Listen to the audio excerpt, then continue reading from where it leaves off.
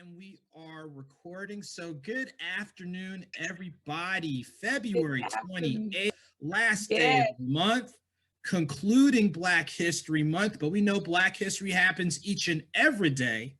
But hmm obviously, this month is when we highlight everything. And you saw us have a little bit of fun. You know how technology goes, but this is all about the authors. This is our authors roundtable that we do every second and fourth Sunday at about 3 p.m. Eastern Standard Time. The point of this roundtable is to make sure that we get authors connected with each other, connected with readers, keep everybody supported and encouraged because there's enough seats at the table. There's some great people doing some great work across different genres, and we want to make sure that we get to know them. Y'all get to know them, you get to know us, and everybody wins and everybody benefits. So to best enjoy our roundtable, to make sure you add the page all about the authors 520. And the backstory on all about the authors 520 is we started doing this back in May. Actually, Mother's Day was the Yep. first day that we did this. So since pretty much since then, with a couple of breaks here and there, we've had some great people doing some great work. So to stay connected, all about the authors 520 on Facebook, Instagram, YouTube, as we will have this full episode, as well as some highlights on our YouTube, all about the auth one. Even though we typed out all about the authors 520, you know how technology goes. So those are the ways that you can stay connected with what we're doing. My name is Andrew Snorton. You can stay connected with me at author Andrew Snorton on Facebook, author A Snorton on Instagram, Twitter, and YouTube. And you can email me at authorasnorton@gmail.com. So at the end, I'll talk a little bit briefly about what I'm doing. But before we get into our guest authors, I want to introduce my co-host. I tell you what, one of the hardest working and creative people in arts and entertainment, accomplished author, accomplished speaker, just accomplished and a half. So Tyressa, Ty, how you doing, partner? Well, thank you for that amazing introduction. And it's so funny. When I woke up this morning, I was feeling like, what am I doing, and why am I not doing enough? And we have these moments in time where it just seems like we're just not doing enough. And so I was having one of those mornings this morning.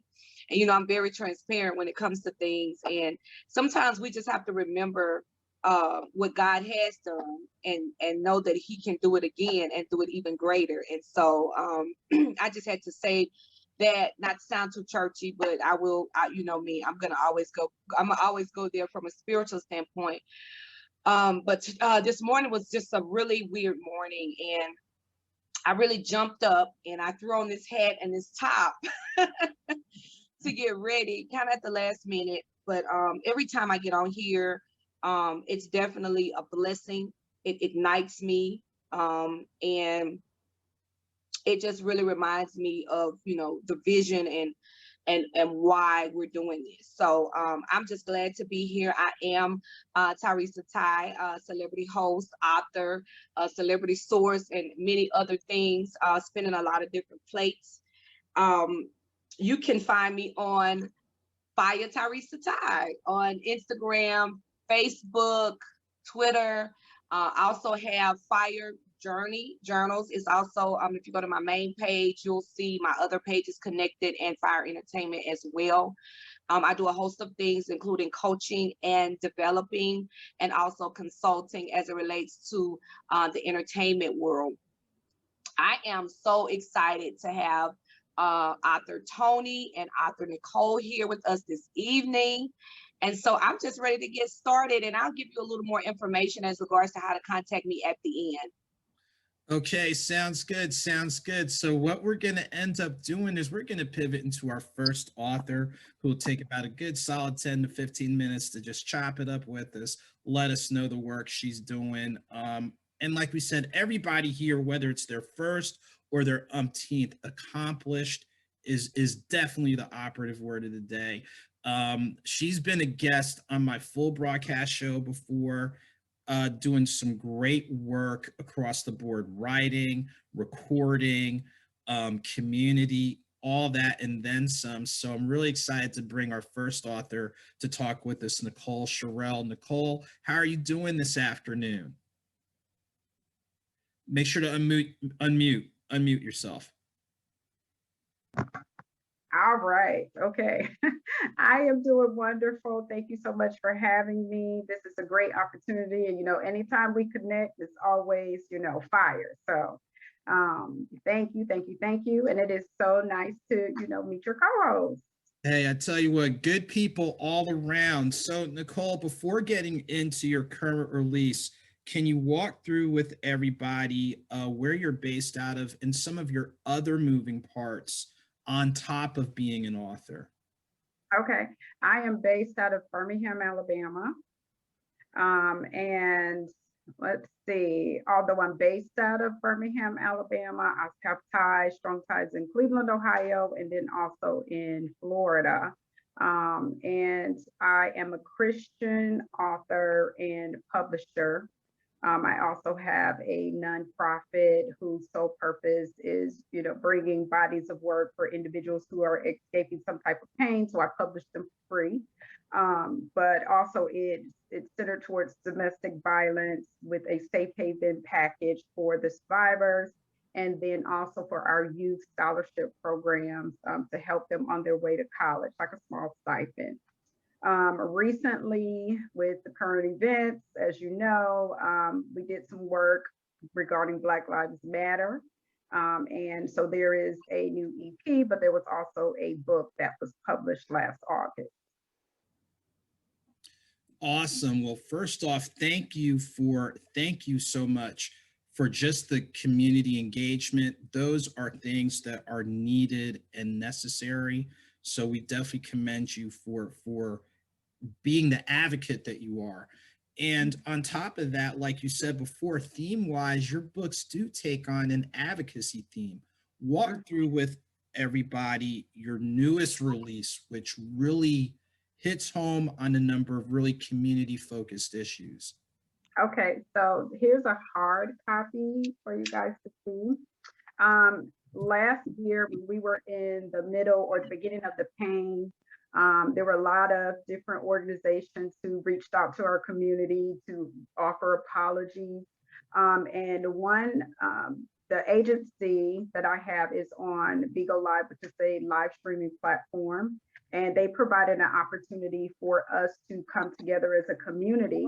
And based on the efforts that my family presented in a 4-hour show, a platform that was built out for us, I published some of the work in this book. 3 of the poems that were published in this book were recorded, and they're now a spoken word EP, which is titled Amplification.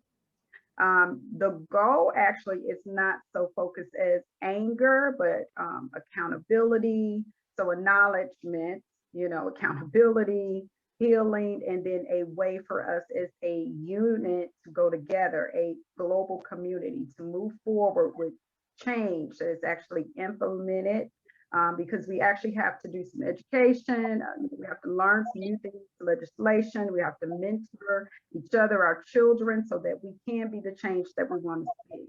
So, we're starting from the ground. Most people will say, hey, if you want to hide something, you can put it in a book as it relates to our people. Well, I'm here to say that's not true.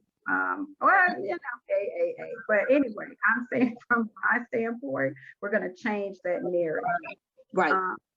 Because there are so many different ways for us to learn. But however, most people, they don't want to read the book. The book was published in August. So since it was published in August, the conversation seems to be, kind of finding out. You don't hear much about it anymore. We need to keep conversations going. So it's the EP. So we put music to the words, and we're going to continue the message of change. That's awesome. Mm-hmm. Go ahead, Ty. We were both thinking the same thing. Oh, no. You go ahead. Go ahead. I was just thinking that was very awesome and unique. And you taking advantage of a need during the pandemic. I also wrote a journal in the midst of the pandemic called Matters of the Mind. And so, you know, it's so important to be able to identify the pain points through traumatic experiences and be able to offer a solution. And then you took it to the next step. And I just want to say, you know, I commend you for that. That's awesome. Thank you. Thank you. I appreciate it. And I feel as, you know, as it's shared more people know about it, we'll be able to reach, you know, the full masses, because I mean, I'm really trying to speak to the nation. There's a reason why things are still similar to the Rodney King incident, right? Because, you know, we really haven't had that much growth of change. So it's just time to change those things. So. Absolutely. I agree. I agree that, you know, we talk a lot, we march a lot, but we, as it relates to finding solutions, concrete things and putting timelines to them and doing a checklist. Because, you know, for me, I always think about when I'm juggling so many different things, you know, I can say all the things that needs to happen, but until I write it down and I start to see, and I put a timeline to it and some type of expectation and follow up and follow through, that it just does not happen. And if it happens to say it happens, but it's not happening with the same passion and conviction, you know, that it should happen, where you'll see, you know, the full result that you're expecting. Because, you know, we just can't get what we really want to see at the level that we want to see it at if we're not putting in the work to make it happen.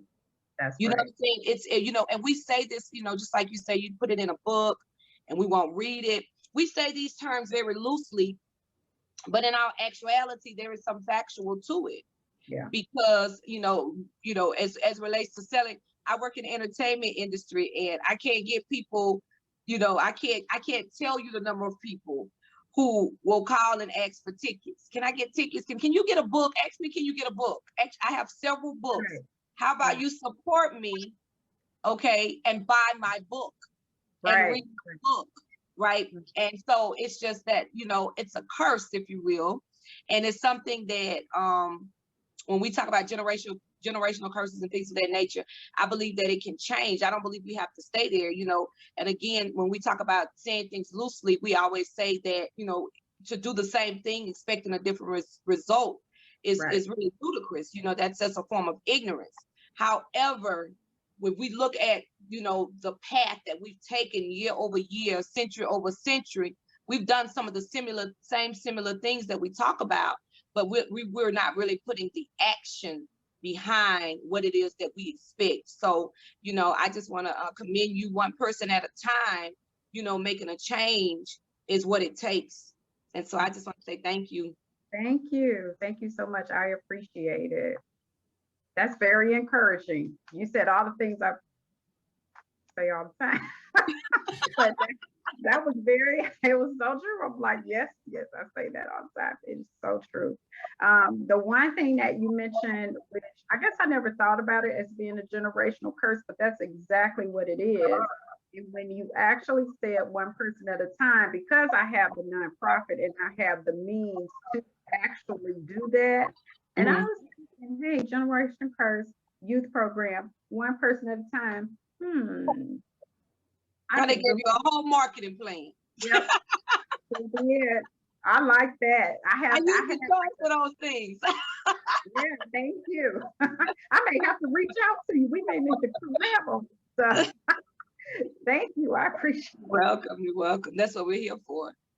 Yeah, exactly. And the key thing is, like you said, Nichole, it is a call to action and taking inventory of where we are, what we know, what we can do to get the ball rolling, and what do we still need to do There's so many ways to learn. However, most people, of where we are, what we I apologize. I was trying to share. I was about to say, wow, I just have that That dramatic effect. That's funny. You was about to say, is this deja vu? I was trying to share it while we were doing it so people could watch. I apologize. It's fine. My tablet, like I knew I should have used my iPhone. Listen, this is me and technology, okay? You know what?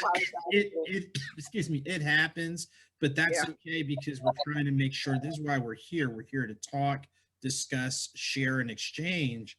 Mm-hmm. You know, like I was saying before, the biggest thing, you know, speaking back to Nichole's key points, it's a call to action.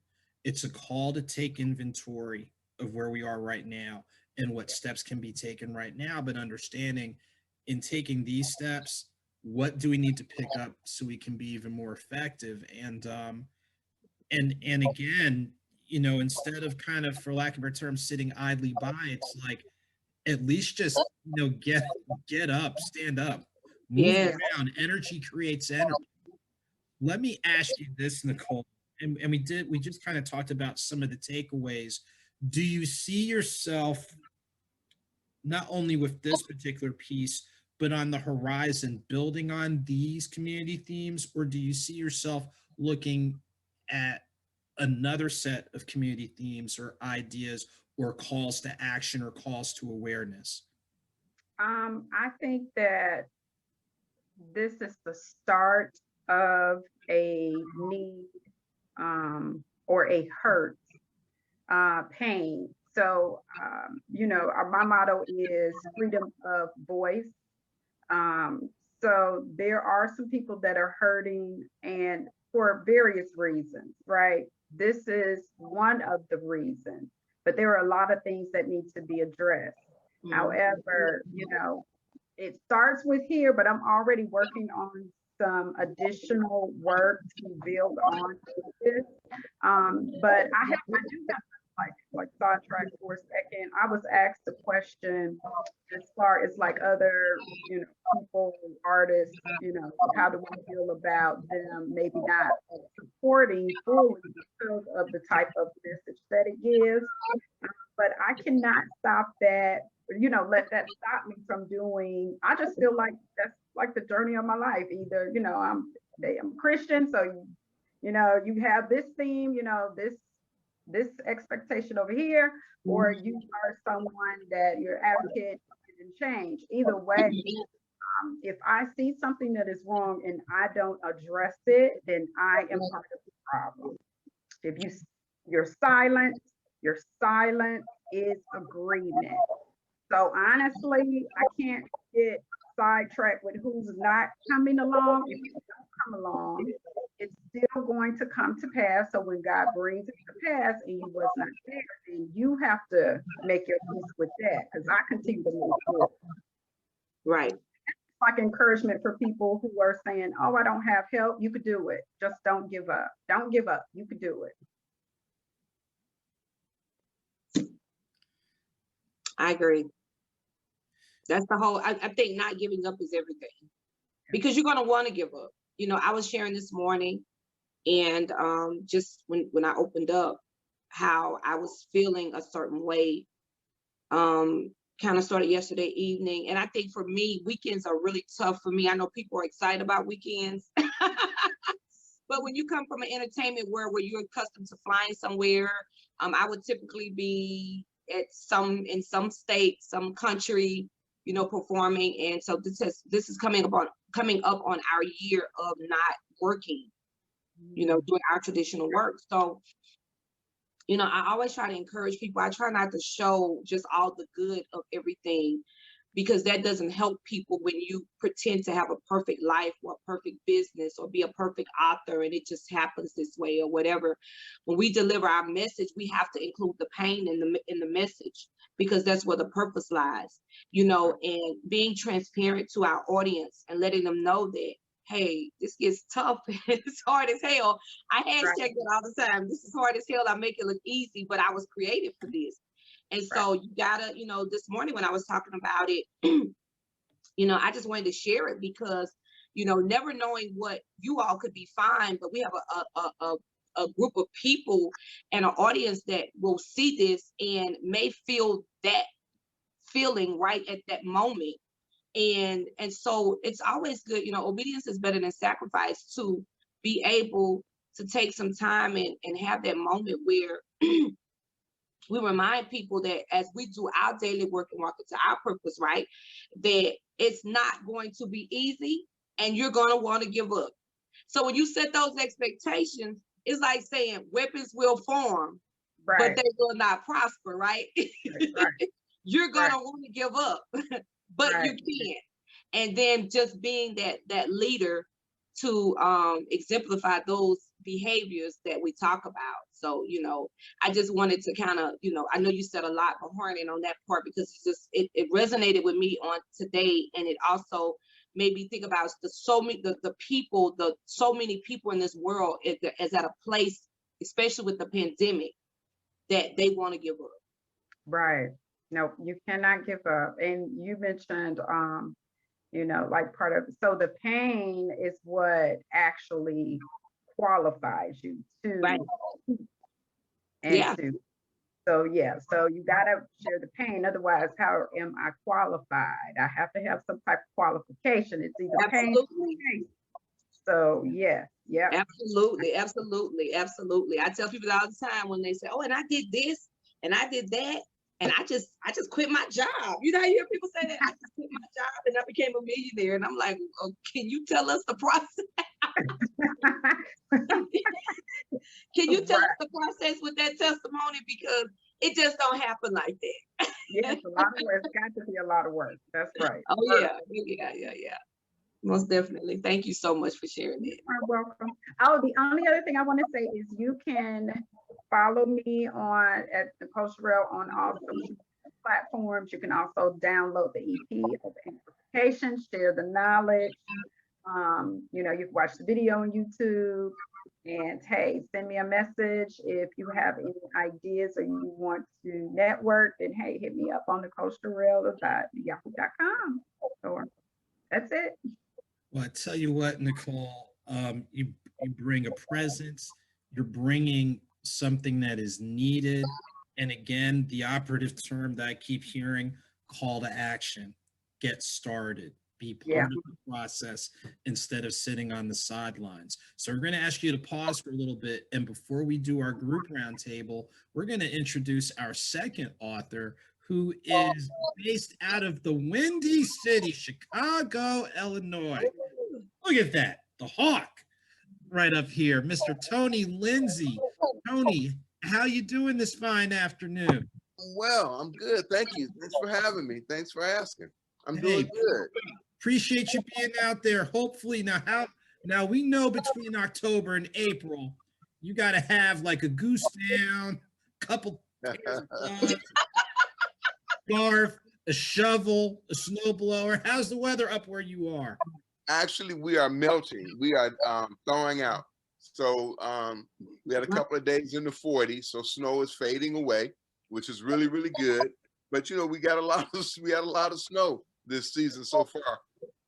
But I've known it to snow in April, so we're not out the woods yet. But I got fingers and legs crossed, That's why I said October through April. Look at here, 40 degrees in the Chi in February. That's a heat wave. Y'all laugh.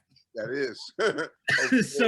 So other than navigating through the Hawk and, with your book, walk through with everybody, what are a couple of your other moving parts with different things that you're involved in? I'm just mostly. I teach. I teach. I am part of a couple of a writers group, and that's pretty much it. I spend a lot, and I write book reviews. Well, I used to write book reviews. I don't write that many anymore. I used to do a lot of book reviews. Now I'm mainly I just teach and I write, which it took me a little while to get here. It wasn't always that simplistic. I've worked a ton of jobs, but now it's just the writing and the teaching, and I do a lot of reading. The book group I'm in is called Perspectivists, which is probably the oldest surviving African-American book club in Chicago. I'm in a book club called Brown Eyed Intellect. very good club. We're about, I don't know, maybe 12, 13 years old now. And that's pretty much it. That you know, I'm a granddad, father, husband, and professor. That's my life in a nutshell. Well, I tell you what, even though you downplayed it by saying, well, it's pretty simplistic or basic. No, with the work that you're doing as an educator, we tip your cap to you. We know the education landscape on all levels has been just a little bit different this year, so we thank you for Thank you. equipping and empowering people, and then the roles you play within your family. Look at here, family. That's hours of entertainment right there. I'm sure that almost everybody here can attest to that. But the key thing is, in addition to educating and equipping and empowering, you're using your gift and your talent for writing. So walk through with us the evolution or the process in getting here, especially with your upcoming release. Okay. I've written all of my life. I had the fortune of I went to a school called Copernicus, and at that school, we had a teacher that was there, Nichole Blakely, and she was Gwendolyn Brooks's daughter. So Gwendolyn Brooks would actually come to school, eat lunch with us, and read our stuff, and told us all we were good writers. And I believed her, you know. I'm sure, again, she told all the students that, but I kind of took it to heart. So I kept writing. I was in college at UIC, University of Illinois, Chicago. And then when I was in school, there was a very active Black Studies program. And one of the professors there, Sterling Plump, told me, he was like, if you don't be anything else, be a writer. And again, I took that. So I tell people all the time that I was told by Gwendolyn Brooks and Sterling Plump to do this. That's why I did it, you know. So my first book, I had the publisher of my first book was Black Words Press, Kwame Alexander. He published One Dead Preacher. And then he did One Dead Preacher and what was called Prayer of Prey then, but it also became Street Possessions when Carl Weber picked them both up. I did about a couple of books with Carl. Then I did some books with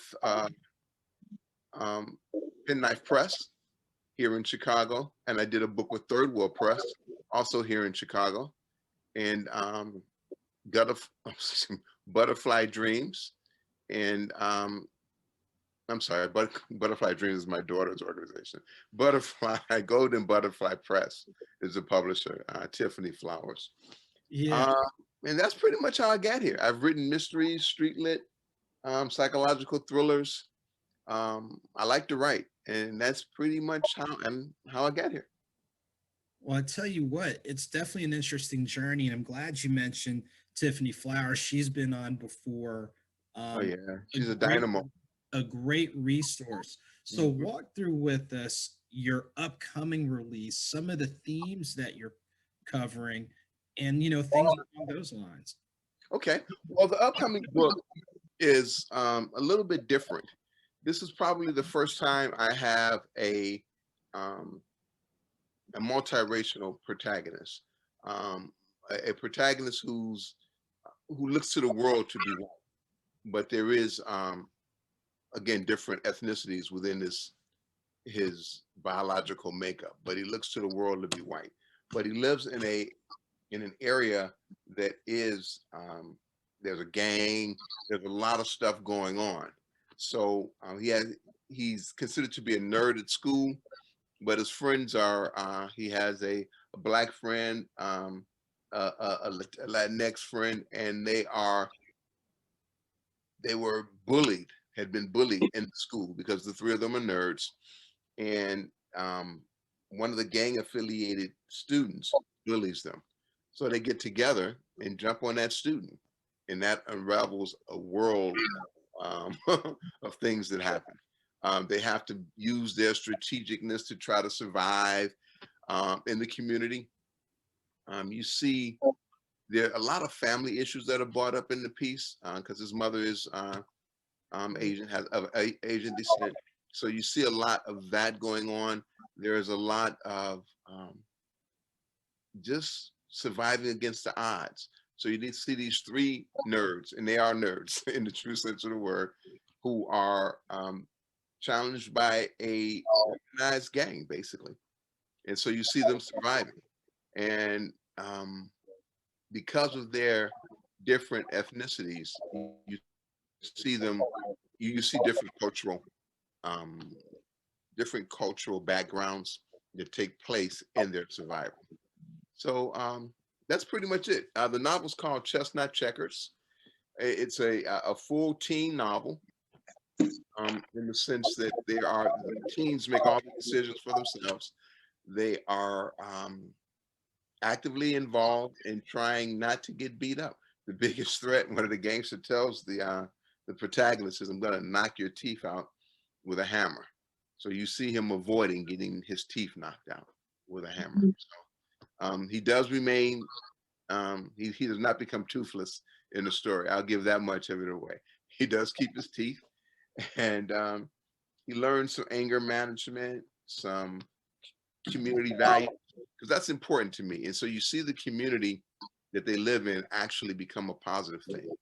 And that's important too, because no matter how negative you think a community is, there are factors that make it positive. There are supporting networks within the community, and those are pointed out too, as well as the family. So that's pretty much it. Want me to show you the cover? Yeah, sure. And I was about to say, as you're getting ready to show the cover, so I know what we're going to do is we're enabling the share screen because you've got the digital cover. As you're getting that up, it's not showing now? No, not right now. Not right now. Let's see what we can do. Let's try that again. See if you can get that up again. It's still just a blank screen right now. Okay. All right. I don't know how to get it up, so I'm sorry. Hold on. I'll try one more time.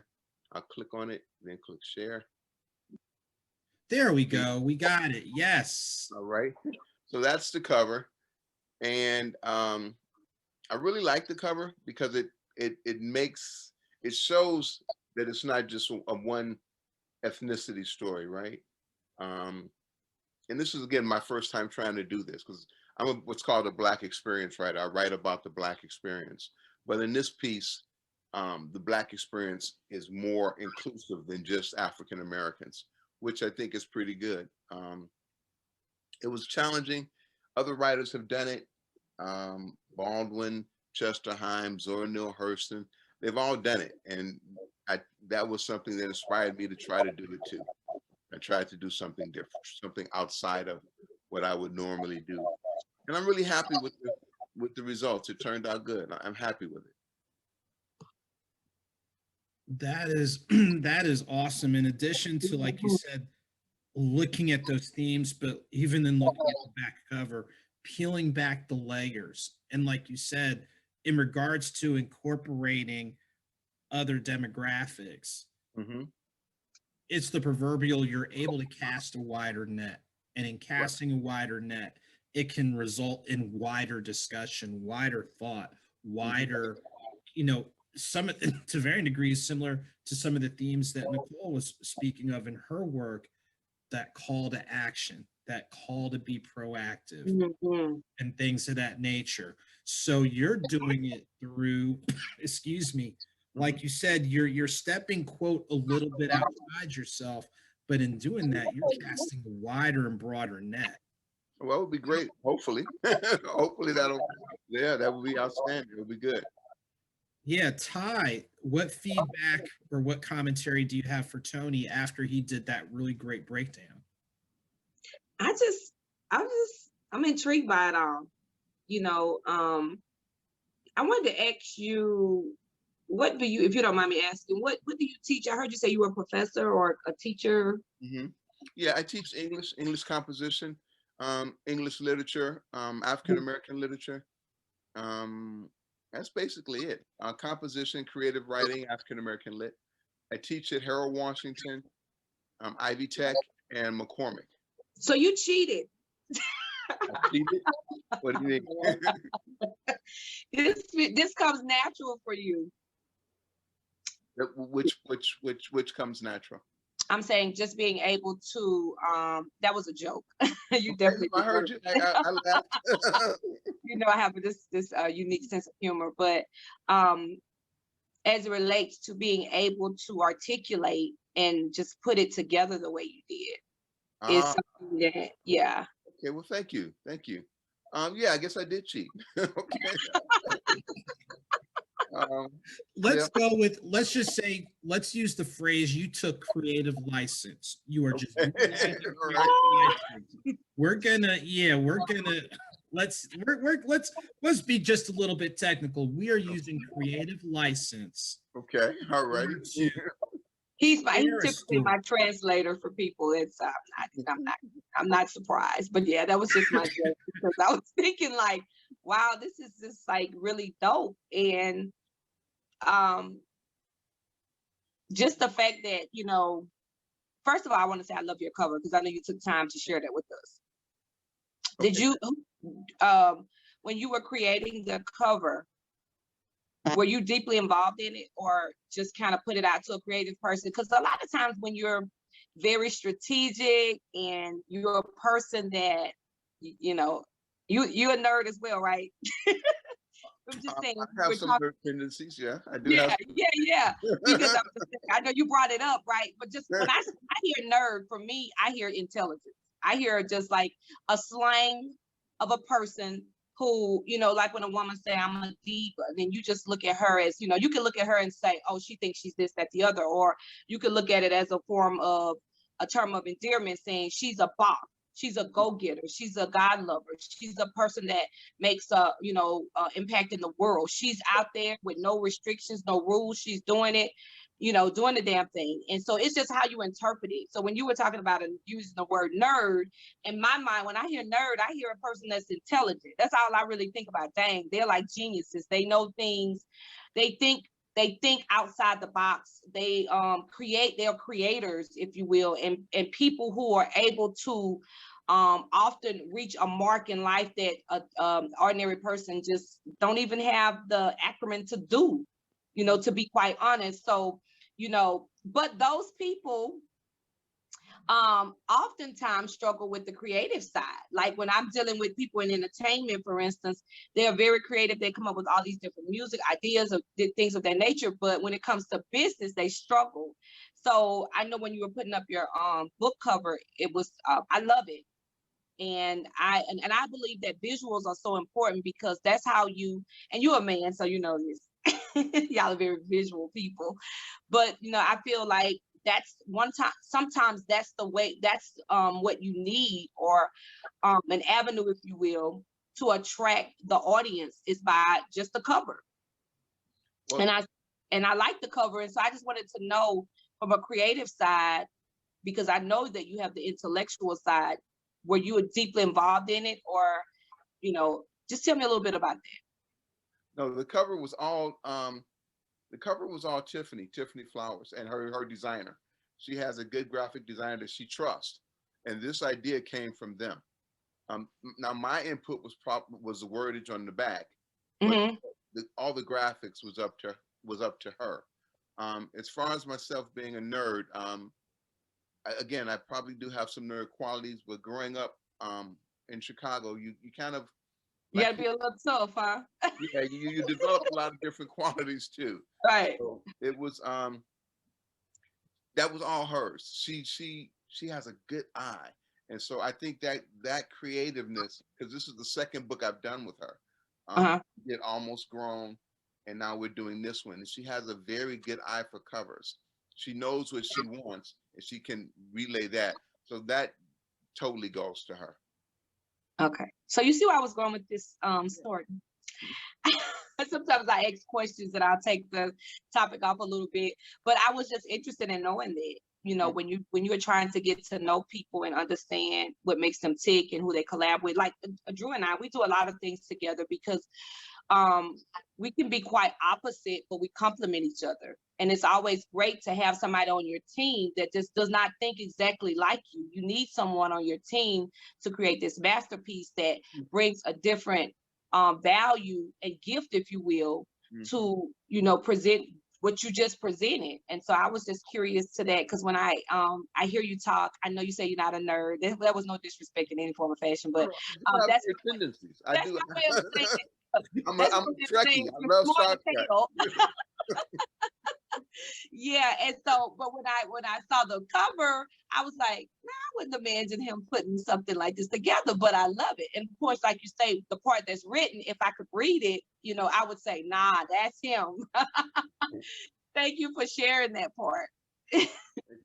I think if guests do not know what creative license is, they're getting a good education on it today. That's what I do. Before we bring Nichole back into the conversation, absolutely remind people the best ways to stay connected and engaged with you. I am definitely on Facebook. Tony Lindsey Writer. My email is writing.night, like the time of day, writing.night@gmail.com.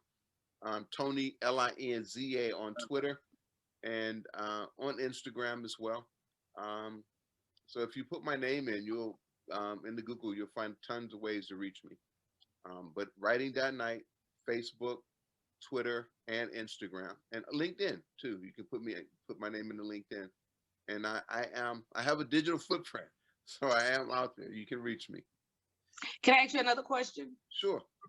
What if you don't mind sharing, what do you have coming up? I mean, what are you, maybe not giving us all the details, because I know you can't share everything on social media platform if you're working on things per se, but do you plan on playing with different avenues as it relates to writing? You know. Well, yeah, I have written, again, I've written mysteries. I have a murder mystery series called One Dead Preacher, One Dead Lawyer, One Dead Doctor. I'm currently writing One Dead Activist. I have a vampire book, Melody Night, that I'm trying to get into the hands of a publisher now. This book, Chestnut Checkers, should be released this week. I have the Melody Night, a vampire series or vampire story. The fourth of the mystery series. The mystery series, the 20th anniversary edition, One Dead Preacher, just came out about maybe 6-7 months ago. So that one's available. One Dead Preacher, 20th anniversary edition, One Dead Lawyer, and again, currently working on One Dead Activist. So I've got different projects that I am in different stages of. Like right now, I'm trying to sell the vampire series, Melody Night. I am getting ready. This is part of doing the new release stuff, and I've got the other one that I'm working on, currently writing, One Dead Activist. So yeah. Can I ask you another question? And then I'm gonna hand it over there. So when you're writing these different things, because it takes you, you know, I always say that it takes a person to be creative as well to be an author.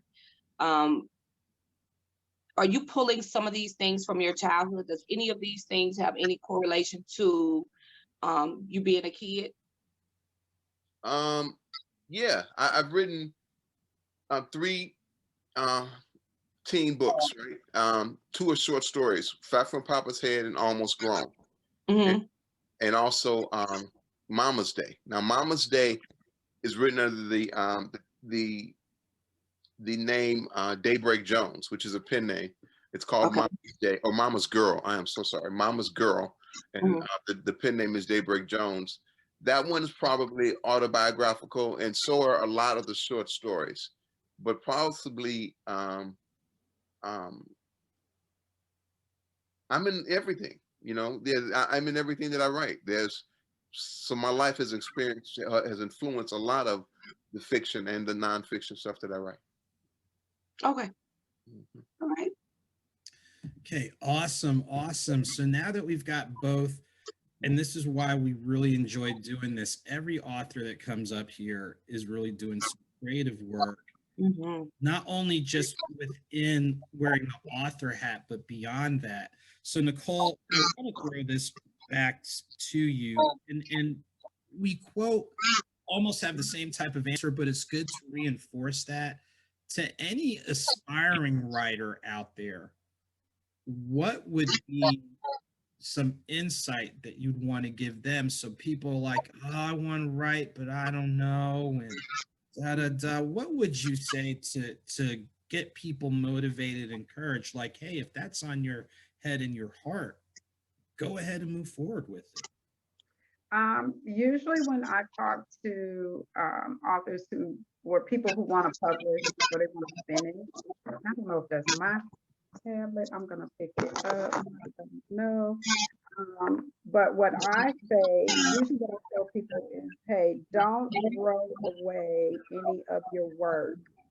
A lot of people like they write and they will tear it up, right? You write and you just rip it up, so you never finish it. Continue to write because you build out on it. Finish that and you can go back and read it and add on to it. So most of the time, my conversations are, hey, don't throw it away. Don't start over. Finish that concept. And then let's improve that.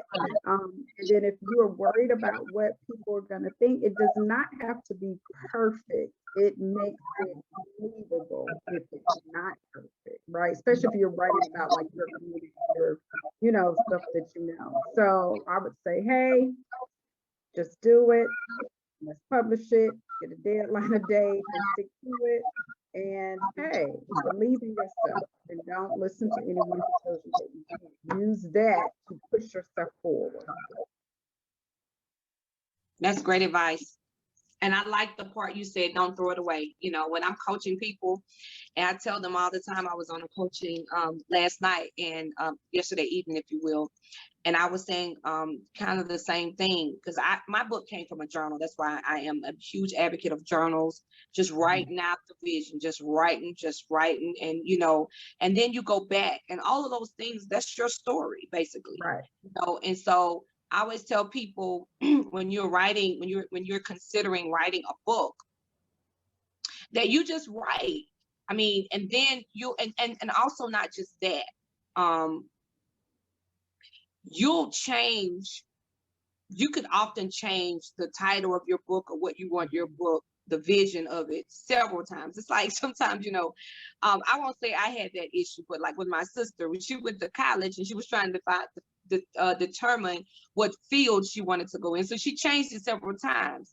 Right. With me, I was like, I like to talk. I need to go into mass communications. I don't see that else I could do. Right. So I didn't have to change it. But typically, you will change how you feel because, you know, this becomes your baby. You become emotionally attached to it.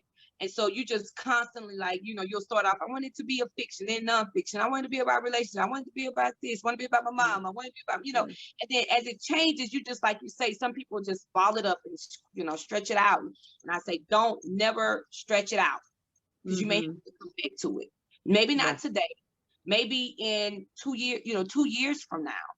And so, you know, you just never know the turns and the twist that God will take you on. So, you know, like for me, I went through Hurricane Katrina. When you go through Hurricane Katrina and I wrote a book after that, you never think you're going to need to write another book about losing everything again, right? So 4 years ago, almost 5 now, I lost everything again. Same thing through a storm. And so, you know, you're looking at, oh, let me just get rid of all, you know, let me do this. And this is about the, you know, as it relates to the flood and things of that nature. But, and so I think about the things now that I'm considering as I work on another piece, another project, you know, some of the things that I didn't use then now really applies now. Because now it's the same situation, but a totally different feeling. Because it's a totally different feeling to lose it the first time and be unsure, and you're much younger. And now you go, you know, 10 years later, 13 years later, you lose everything again. Now you compare and contrast it. And some of the things that didn't work for that particular project definitely applies for this one. And so that's why it's so important, you know, for people to be able to, just like you said, like, it's not going to be perfect. You know, it's all trial and error, I think, for any author. I don't care for the greatest author. I'm blessed to be friends with the well-renowned award-winning Zane. And, you know, I talk to her sometimes. And even when you are that, you know, experience and you are a SME and a guru at whatever it is, you still have those times when you're contemplating, yes, no, you know, should I do it? Should I not do it? And so that's why what you said just resonated with me so hard, because, you know, never strike it out, never bottle it up, because if it came out, it can be used maybe later for something else. And that is right. One of an amazing tips that you can share with anyone. And I think I'm going to steal a little piece of that from you. Even though I talk about it, like I think we both resonated with each other a lot.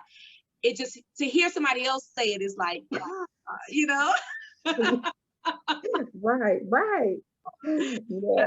So I definitely understand. Yes, and thank you. Yeah, definitely. Awesome insight. Tony, quick question for you. Please. And you did kind of speak about it earlier, but again, for anybody out there, some people think when you write, you can only stick to one subject. Like, this is your lane. You already described the different lanes that you've operated through and are operating through. What would you say to someone who's like, oh yeah, I just stick to one thing? What is because some people might have multiple ideas, but because of the voices they hear, internal and external, they keep them on the shelf. What would be something that you would say to encourage somebody to pursue those different avenues when it comes to your topics and things of that nature? Well, I've written in different genres. Sterling Plump once told me a good writer always has something to say, right? So if you got something to say, you're not going to always be able to say it in a mystery. You're not going to always be able to say it in a short story collection. I've written mysteries. I write street lit. I write psychological thrillers, because I have different things to say about, because some stuff I write is political, right? And that's best.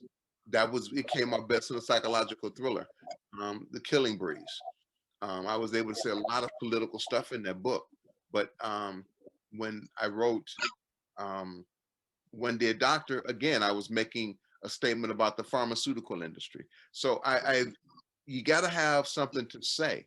If you don't have anything to say, then I think your book will probably slack. As far as different genres, I don't know. I didn't want to only write mysteries. I didn't want to only write young adult. I wanted to, because I had something to say about each one of those categories, each one of those areas. So I don't think some people are very comfortable in one genre, and I admire their comfort. I know people who only write mysteries. I know people who only write chick lit. I know people who only write urban, and that is fine.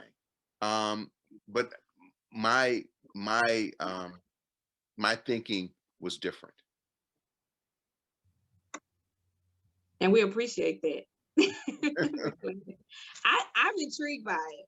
Like, I like it. I like the fact that you are able to reach different audiences in different ways, you know, and that's why I kind of wanted to know, like, where are you pulling all this stuff from? You know, are you going and tapping into the 5-year-old Tony? Yeah, I do. There's a short story called The Panties Lesson, and also one called Mama and Santa Claus. And I think they're in either Fat from Papa's Head or Almost Grown. And both of those are very, very biographical, you know. So let me ask you a question again. I know I said I wasn't going to ask something else. Oh, ask whatever you know. Please. It's personal for me because, you know, I always used to tell Drew all the time, I'm not an author. I just wrote a book. And then, of course, you know, God allowed me to start doing other pieces. I pride myself as being the journey journal girl, because I believe in the journey and journaling the journey. And it's probably because, I will say, it's because of just a lot of pain and the process of being successful and growing up that I've been through. A lot of things I couldn't tell anybody. I just had to write it down. And I feel like there is so many other people out there that can't always speak, you know, and you kind of alluded to that as well, you know, but you can write it down and you can tell your own story, even if you're telling it to yourself, because sometimes you just need to write a letter to your own self, you know, and just tell yourself what's going on. Right. So, you know, that's been my truth. That's been my, you know, my focus in the things that I've done. But I know you, and I know this could be, you know, a question that I don't know if you feel comfortable talking about, but if you do, you know, I would love your insight on it. You know, when I deal with a lot of legends. And so when we're talking about the entertainment field, and we'll say things like, you know, how do you feel about the new rappers? Do you feel like it's substance in it, right? And so I kind of want to, you know, pose that question to you, because you have lots of experience in all genres of books and under the umbrella of authorhood, if you will. So what is it? Is that a word, authorhood? Because, you know, I will make up a word. I think so. I don't know. Somewhere down the line. Good. Don't y'all agree? You know, you can adapt so it. You got the license, yeah. I think I'm gonna borrow that. Yep. I'm asking the professor, you know, he'll tell me. So listen, so I think about this when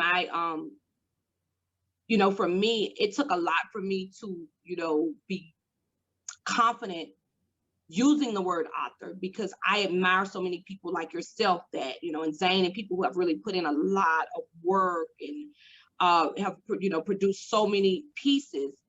And so I used it really, I tread it really lightly until I became more comfortable and wrote more pieces. Do you feel as though that being an author is very lightly used right now, and that people are not, you know, I know people have not always, I'm trying to articulate this where it'll make sense and be respectful to those who may be listening as well, because I know people have not always written their own books. They've always, ghostwriters have always been there. We just didn't know about it, right? Mm-hmm. And I'm just wondering that, how do you feel about a lot of authors that are coming out, in a sense? Do you feel that the work, the passion is put in the work, that we can still have the respect of the title author, and just kind of speak to that, if you will? I can't really articulate everything that I'm saying, because I'm in a way, because I'm trying not to say really what I want to say, and because I feel like it may be offensive to others, and I definitely don't mean it in an offensive way, but I think you kind of understand what I'm saying as it relates to just all of these different books being popped up. I think it's a great thing, because I think everyone has a story. But do you think that they're not putting enough passion in it, enough purpose in it, not taking the time for it, like editing and things of that nature? How do you feel about that, like with the new generation of authors? I'm appreciative of them, because this is, like you made reference to, everyone has a story to tell, and try to say that because maybe you're something's wrong with your book grammatically, it shouldn't be out. No. If you are moved enough, and I think we live in a great time now where you can self-publish in the drop of a hat, right? You can go to Amazon and put a book out. You can go to, there's a lot of services that allow that. So everything goes through evolution. So this is the state that we're living in now. Am I critical of people who put out a book? No, not in the slightest. You need to keep putting it out, because out of that, something great's gonna come, you know?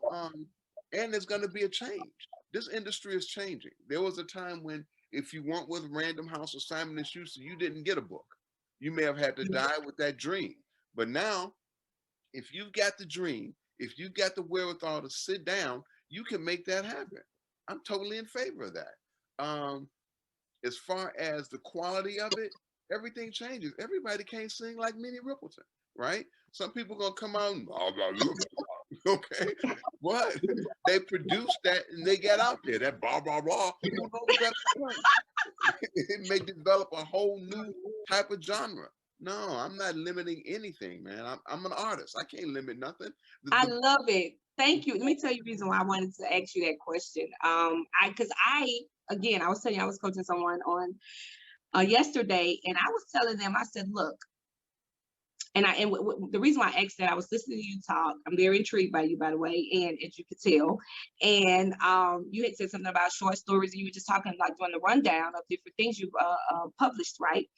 And so I was telling this young lady, I said, I don't care if it's 10 pages, like that's a book, you know. And I was just trying to remove the restrictions. And she was saying that she had spoken to someone, and they were giving her all this feedback about it. You know, you don't want to release any trash, and you don't want to do all of these different requirements that you need to be an author. And for me, you know, I don't go through the whole process with people. I transition them over to someone that's a SME as it relates to writing the book per se, but as it relates to, you know, encouraging, motivating, and getting them in the mental state to write a book and letting them know it's okay. I always encourage people that you have a story, you know what I'm saying? And, you know, as you journal, that's a part of your story, and you start to think of how you want to form that and present it. But, you know, because I had you on here today, and you are, you know, someone that I definitely respect, and you've been in this field for so many years, more than we have on this panel. I just wanted your opinion.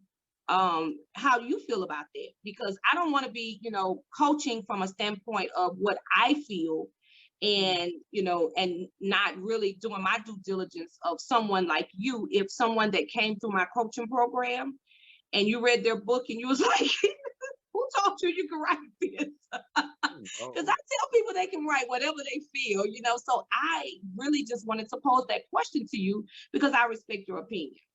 Oh no, I mean, but there are gatekeepers, right, to establish industries, Right. but those gatekeepers make mistakes, man. People, I mean, who would have thought Gwendolyn Brooks would have won the Pulitzer Prize? You know what I'm saying? So who would have thought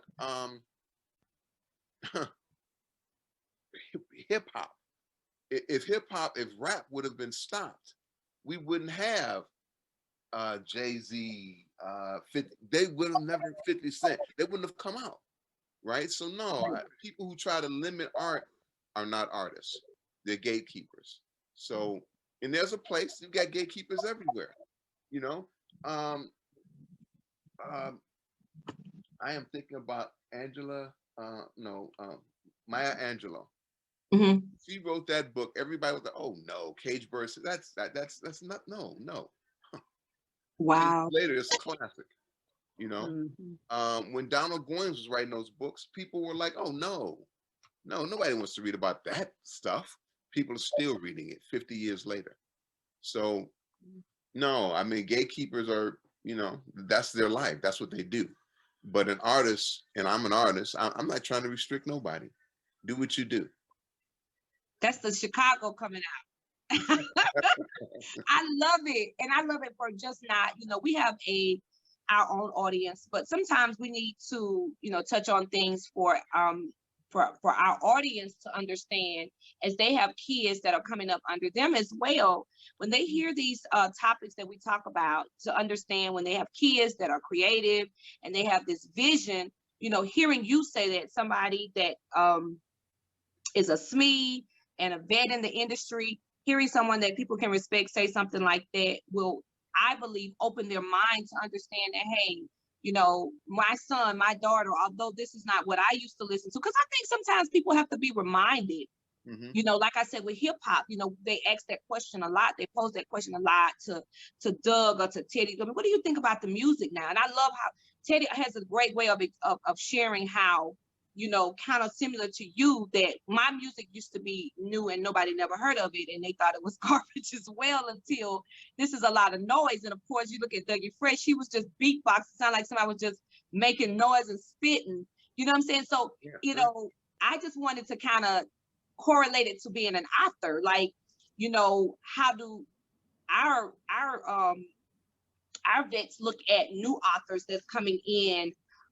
Because again, like I said, people that we respected and thought were, you know, these elite authors, if you will, many of those had ghostwriters, and we didn't know. We just said, oh, you know, the person that we love wrote a book, you know, and not to mention names, but somebody else actually wrote it, right? But because we just attached it to that brand, we thought it was automatically a stamp of approval when there was a person like a Nichole in the background that nobody knew writing those books all along. And so I feel like now the people who would have typically been a ghostwriter for someone else because they didn't have a name or a brand or a face, they are saying, hey, here I am, I'm writing it for me. Right, right. If that makes sense. It does. And just to add a little bit to a little color to that, depending on the audience, you know, we don't reach everybody.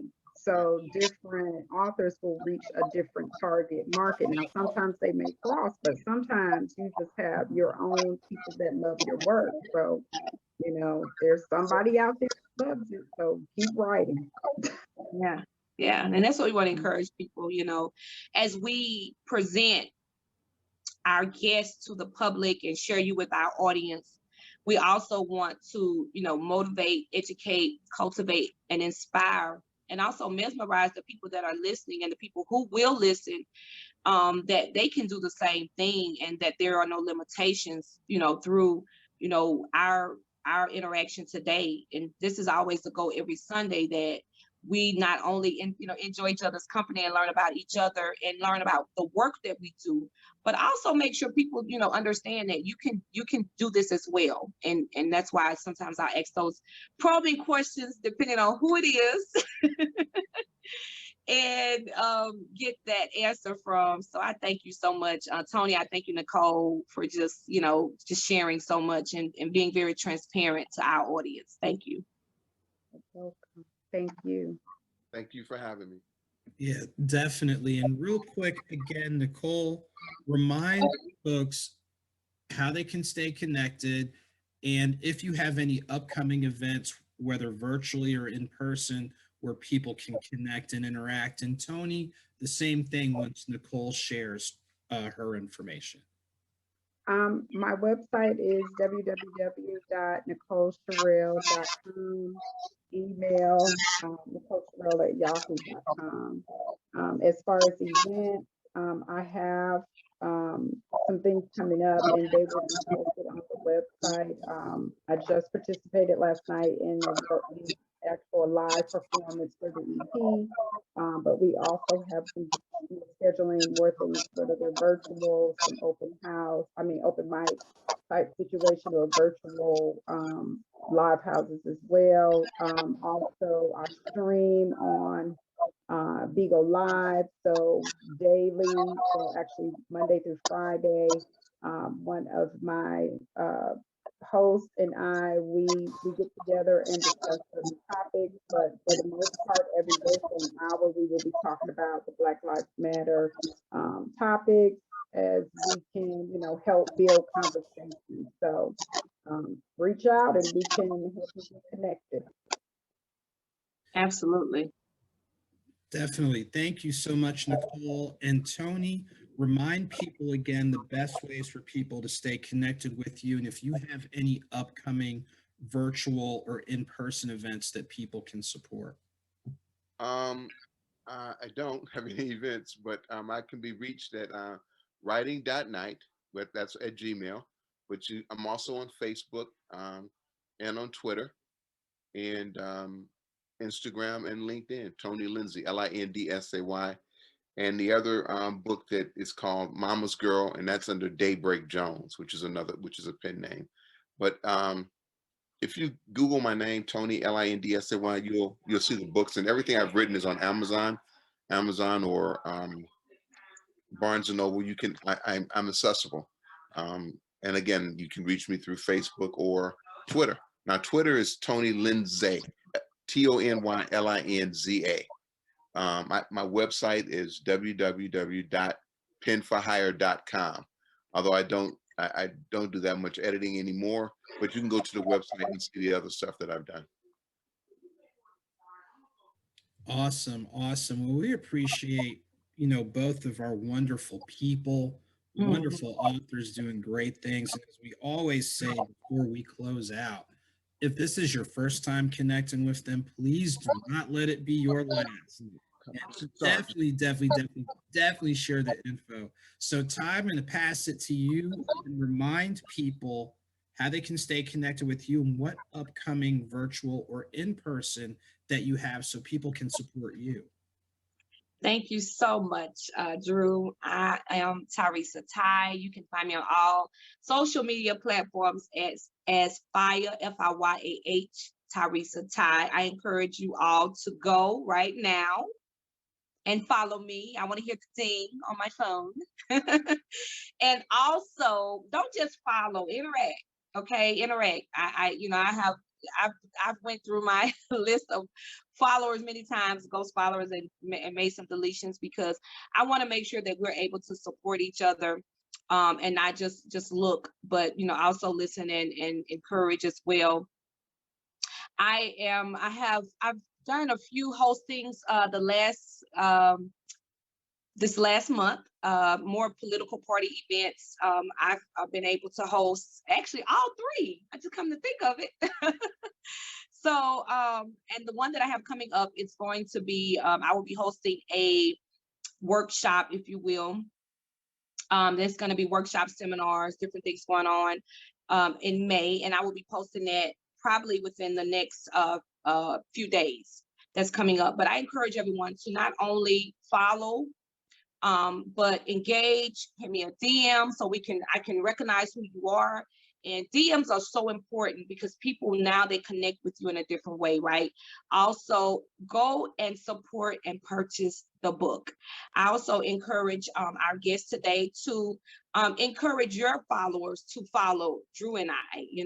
We take out time and we do these interviews every other Sunday, and they mean so much to us. We don't really ask a lot, but we do ask that our guests will reach out, check out our website, support it. Also, not just support it, but to share it with their audience and encourage them to tap into us as well as we do when we are sharing our platform with you all. So to everyone, I just want to thank you for this time. I want to thank Tony and Nichole. You have just uplifted me, inspired me. You made me laugh. You made me definitely see things in different things in different ways. And, for that, I thank you for that blessing, that gift that you share with us today.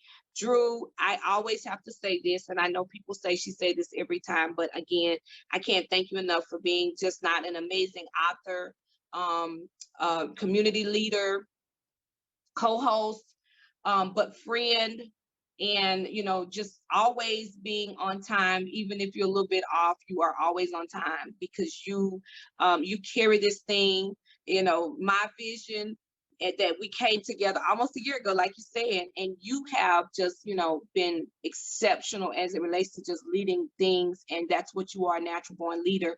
I encourage anyone, if you have not tapped into he has so much going on.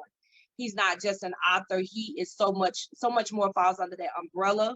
And I encourage everyone, if you have to choose between me and him, go check him out. That's another example of creative license, but no, Ty is my friend. And, that's what friends do. Friends encourage. And, when Ty was talking about this last April or what have you, I'm like, all right, let's just do it and see what happens. That's kind of how a lot of our stuff goes. Like, she'll come up with some idea that she thinks is so out there, and I'm like, well, we can do it right, let's do it. So it's great when you have creative people come together and the end game is the same. It's not only to help amplify our guests, but to positively amplify each other.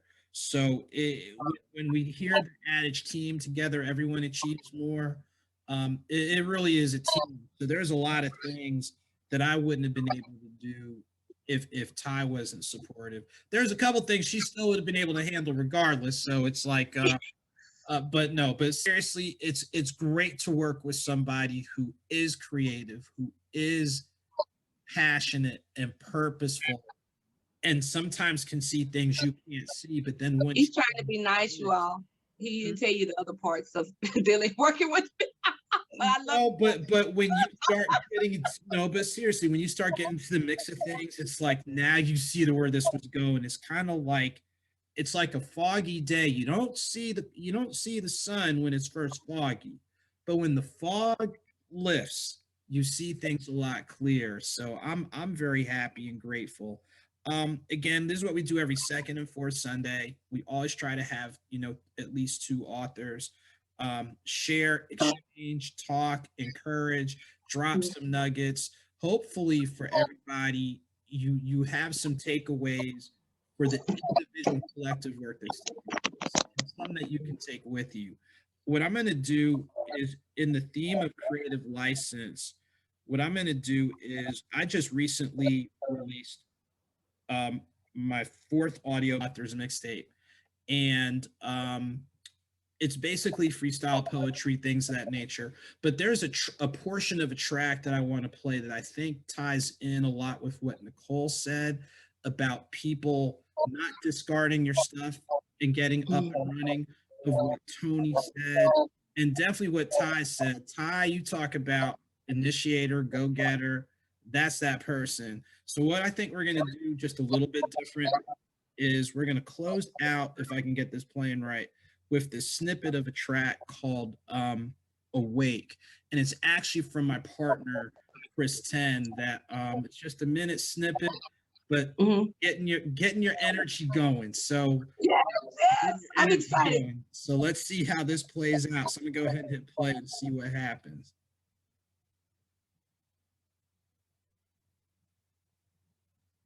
Hold up.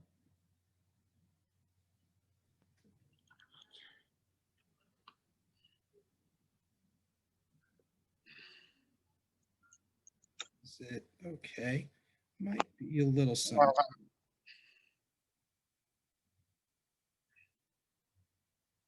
Well, okay, so we're having a technical issue, but anyway, I'm really excited about that collab. It gonna come through? It's not coming through. Just play it. Can you just play it from your phone or something? Like, you're probably trying to do it really professional. I think I can. Let me do it from the phone. Nichole laughing at me. Nichole, I told you we compliment each other. I think we can do it from the phone. Hold on. I was thinking the same thing. He's very structured. And I'm like, let's just do it. It happens. See, I'm freestyling all the time. When we did this the other day, it You worked fine, screenshot but it. No, that happened. I'm gonna do this. All right, so we're gonna be creative, but this is a snippet of the track "Dream" from the current audio book, and I think, like I said, thematically, it really ties in with a lot of what people are saying today. So here we go. Plan B. Here we go. Okay. Rise and shine. Time to get on the grind. What's on your mind? Is it how the time rewinds when you are flowing in your purpose, but it's worth it? All right, now snap out of it. Get up, get up, get up, get up, make it happen.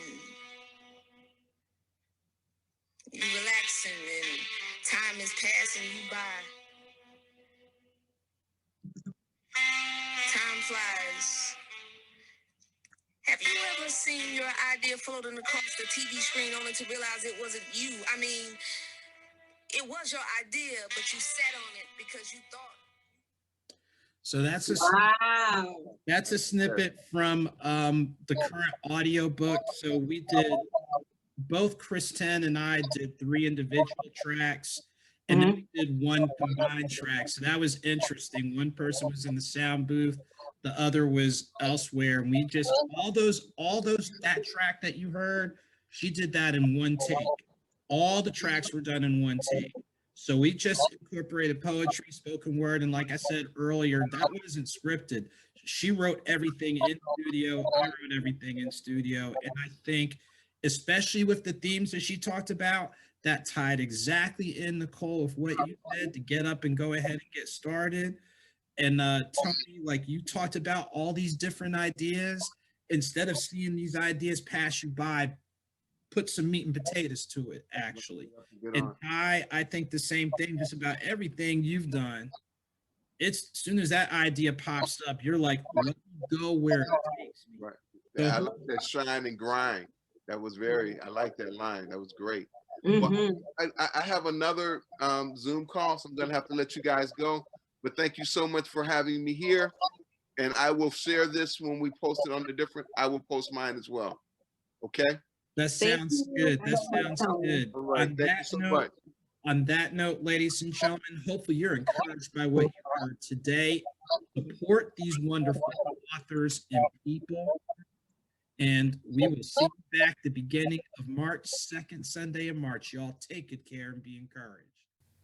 You just finished watching All About the Authors. Make sure to add All About the Authors 520 on Facebook, Instagram, Twitter, YouTube. And make sure to check us out. We'll see you.